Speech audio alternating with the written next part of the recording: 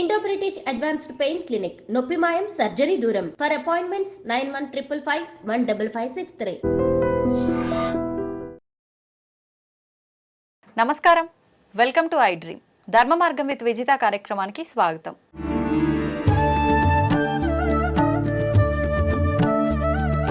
ప్రస్తుతం మనతో పాటు ఉన్నారు ప్రముఖ ఆధ్యాత్మికవేత్త, ప్రముఖ జ్యోతిష్య పండితులు సుభాష్ శర్మ గారు. ఇప్పుడు వారితో మాట్లాడిద్దాం. నమస్కారం గురుగారు. గురుగారు, అమావాస్య ఈసారి వచ్చే ఈ అమావాస్యని మౌని అమావాస్య అంటారని చెప్పి విన్నాను. నిజంగా ఈ అమావాస్య ప్రత్యేకత ఏంటి? ఇప్పుడు కుంభమేళా జరుగుతోంది, ఆల్రెడీ మహాకుంభమేళా. ఆ రోజున ప్రత్యేకించి అక్కడ కూడా చాలా రకాల విధి విధానాలు జరుగుతాయని, పెద్ద పెద్ద ఋషులు అలాంటి వాళ్ళు కూడా కొన్ని వేల సంవత్సరాలు ఉన్న వాళ్ళు అక్కడికి వచ్చి స్నానం ఆచరిస్తారని విన్నాను. అంటే ఇది చాలా పవిత్రమైన అమావాస్య అని చెప్పి అర్థమవుతోంది ఇదంతా వింటుంటే. చాలా విశేషమైనటువంటి మరి సామాన్యులంతా ఈ రోజుని ఏ రకంగా ఉపయోగించుకోవచ్చు అంటారు? ఇక్కడ ఈ అమావాస్యకు ఎందుకు ఇంత ప్రాధాన్యత అంటే గనక, పుష్యమాసంలో వచ్చేటటువంటి అమావాస్య మౌని అమావాస్య, చొల్లంగి అమావాస్య, రెండు రకాలైనటువంటి అమావాస్యల పేర్లతో పిలుచుకుంటాం. ఇక్కడ మౌని అంటే సంస్కృతంలో అర్థం ఏంటి అంటే నిశ్శబ్దము అని అర్థము. అంటే ఆ రోజున మౌన వ్రతాన్ని పాటించడం ఒక పద్ధతి. అంటే జీవిత కాలంలో మనం ఒక్కరోజు మౌనం పాటిస్తే మన జీవితంలో ఒక రోజు ఆయుష్ పెరుగుతుంది అని శాస్త్ర ప్రతీక.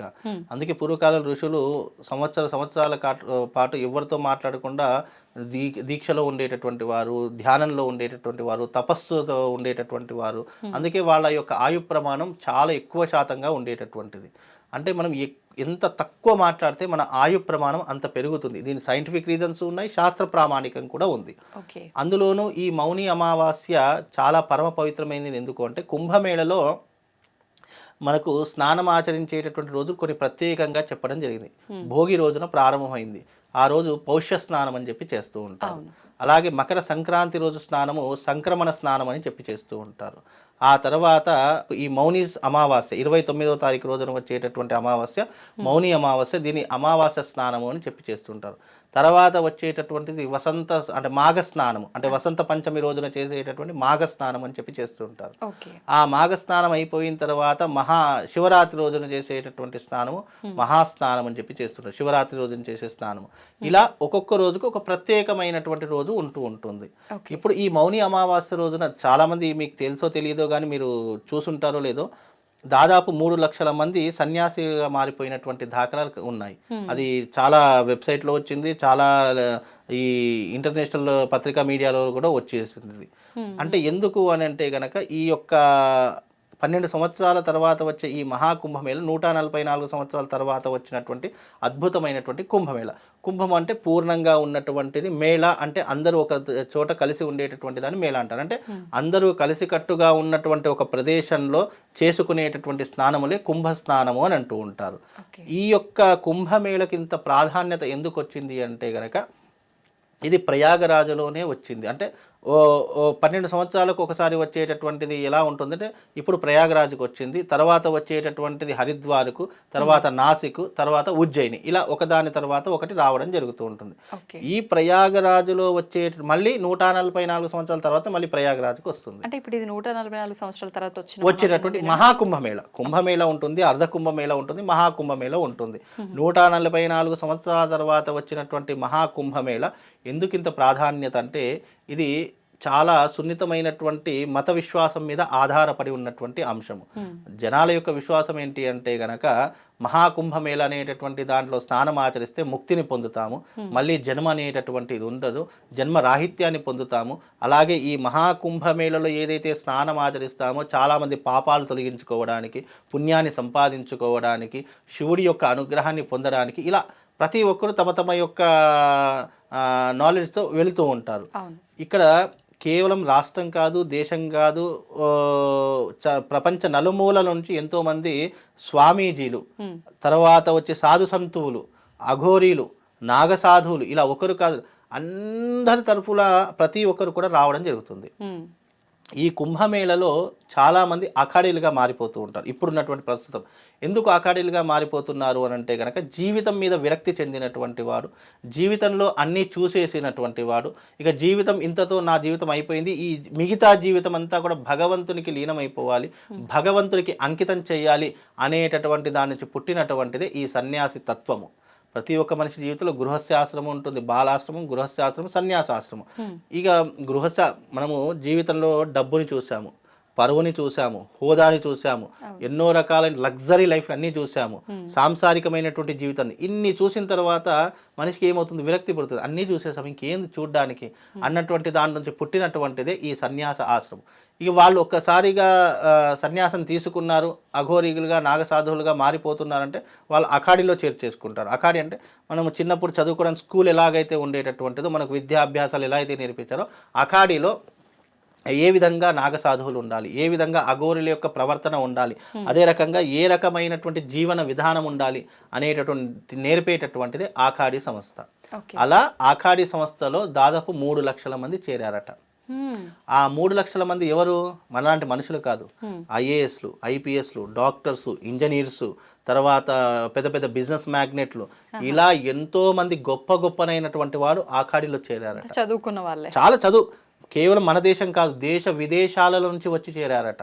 మనకు ఆల్రెడీ ఇప్పుడు చూస్తున్నాం సోషల్ మీడియాలో, ఇప్పటికే చాలా మంది ఇలాంటి వాళ్ళు చదువుకున్న వాళ్ళు ఆఖాడీలో చేరారు, సన్యాసం తీసుకుంటున్నారు. అంటే అంత గొప్పనైనటువంటి వాళ్ళే మన మత విశ్వాసం మీద ఇంత నమ్మకం పెట్టుకున్నారు.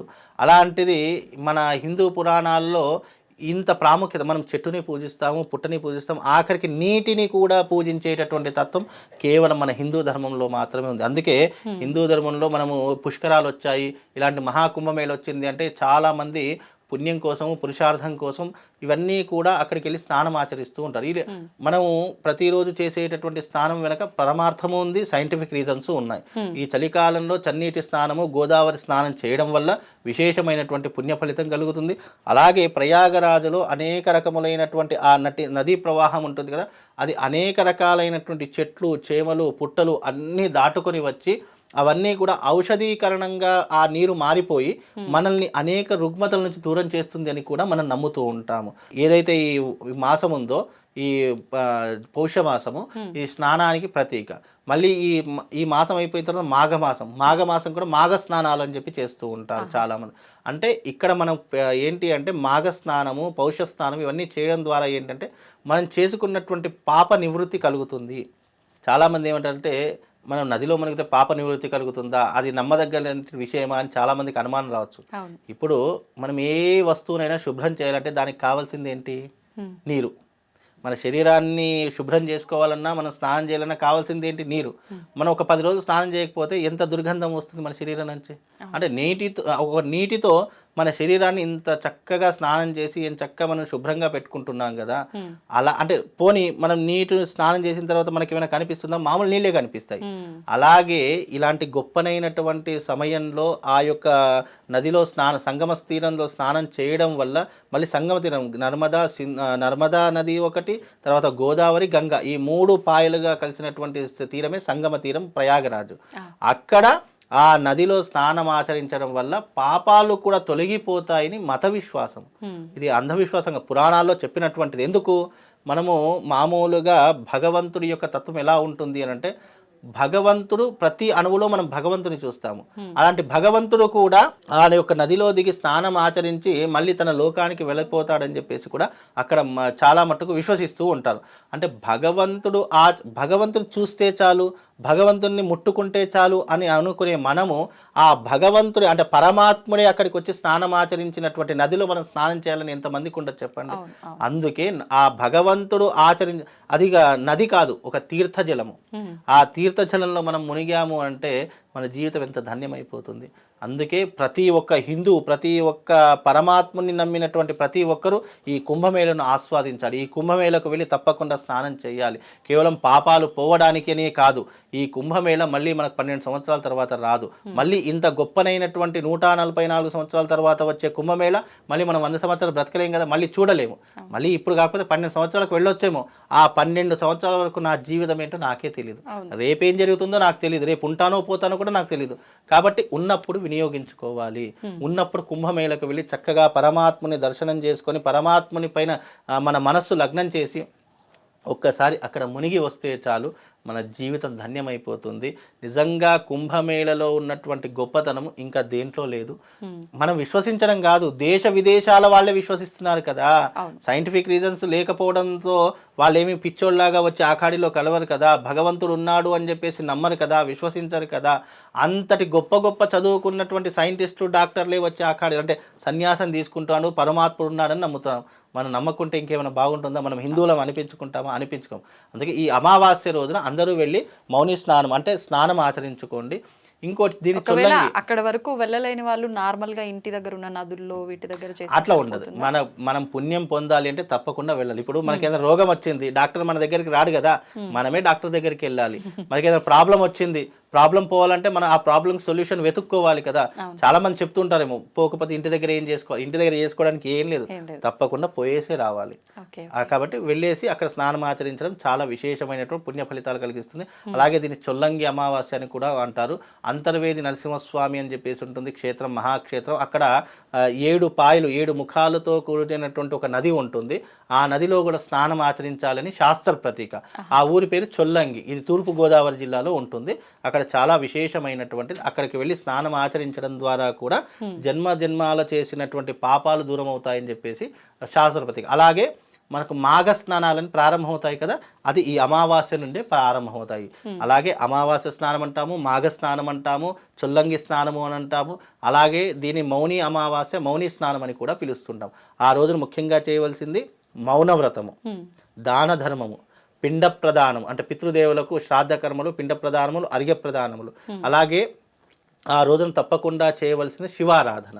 ఇవి చేసుకుంటే మనిషి జీవితంలో అత్యంతమైనటువంటి పుణ్య ఫలితాలను పొందుతారు. ధన్యవాదాలు గురుగారు.